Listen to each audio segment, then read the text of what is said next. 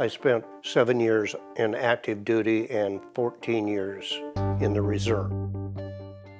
When I first got on the submarine, every time we came into port, we had to get out the chipping hammers and go inside the superstructure, chip off all the rust, and then get in there and spray paint it.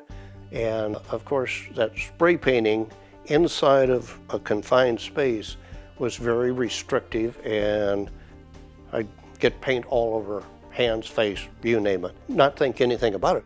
But we had, the daily thing was a lot of diesel fumes because I was on the old diesel boat.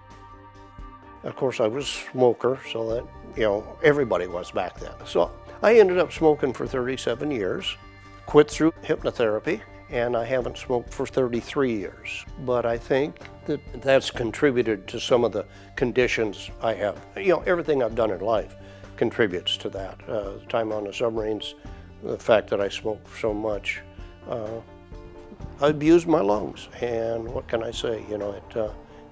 It's catching up to me today. After the third session in emergency, they told me I needed to see a pulmonologist. So Mike was referred to us with a diagnosis of COPD, chronic obstructive pulmonary disease. He had been hospitalized 3 times, and by the time he arrived to our program, he was very weak and had little endurance for the most basic of activities, walking his dog, climbing stairs, things that he had normally been able to do. The veteran population is at very high risk for pulmonary disease, significantly higher than the general population. This is due to things like chemical exposure, environmental hazards, and certainly the proliferation of cigarette smoking in the military. I had to stop walking the dog. He used to love to go about 3 miles, and I couldn't do that anymore. So yes, there was a definite issue with stamina and maintaining that breathing ability. The fact that I've been active all my life and been able to do so many things, not being able to do those makes life discouraging. Invigoration of getting out and doing things is not there anymore. During Michael's treatment, we worked to improve his breathing with special breathing techniques, different types of breathing modalities, as well as physical endurance and training. The Mesa Rehab faculty is phenomenal. They're very caring individuals. They really know their stuff. It's completely changed my life.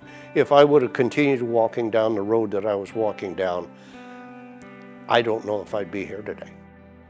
We focus on the veteran population because they are the most underserved in our community.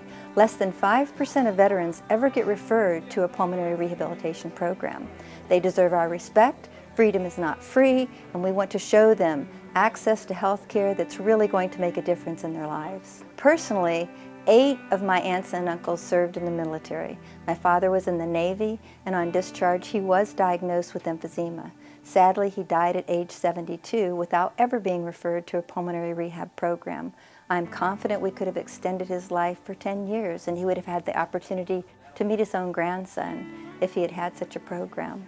So this mission is personal and professional to me, and I know that we can treat more veterans, we can spread the awareness, and save more lives. Healing can happen, I believe, for every issue if we allow the right people to come into our lives.